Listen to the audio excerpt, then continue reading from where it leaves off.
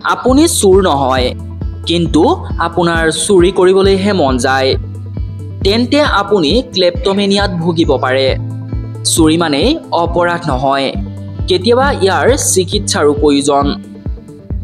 ক্লেপ্টমেনিয়া হ'ল প্ৰয়োজন নহ'লেও বস্তু চুৰ কৰিব খোজা এবিধ মানসিক ৰোগ। এনেধৰণৰ ৰোগীসকলে সাধাৰণতে দোকানৰ পৰা বস্তু চুৰি কৰে আৰু কেতিয়াবা ধৰাও পৰে।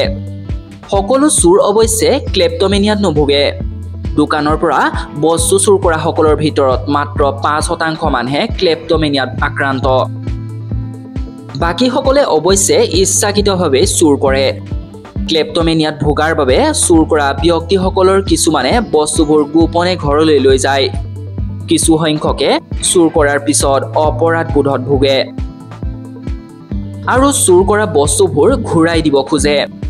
আনহাতে কিছুমান ক্লেপ্টমেনিয়াত ভোগা লোকে কেইবা মাহ বা বছৰো চুৰ নকৰাকৈ থাকিব পাৰে।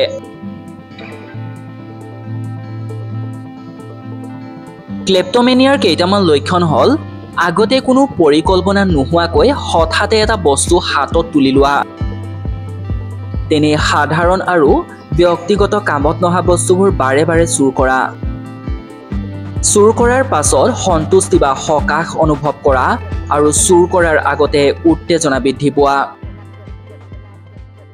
চুৰ কৰাৰ সময়ত খং, প্ৰতিশোধ বা অপৰাধী একো ভাৱ মনলৈ ননাকৈ চুৰ কৰা।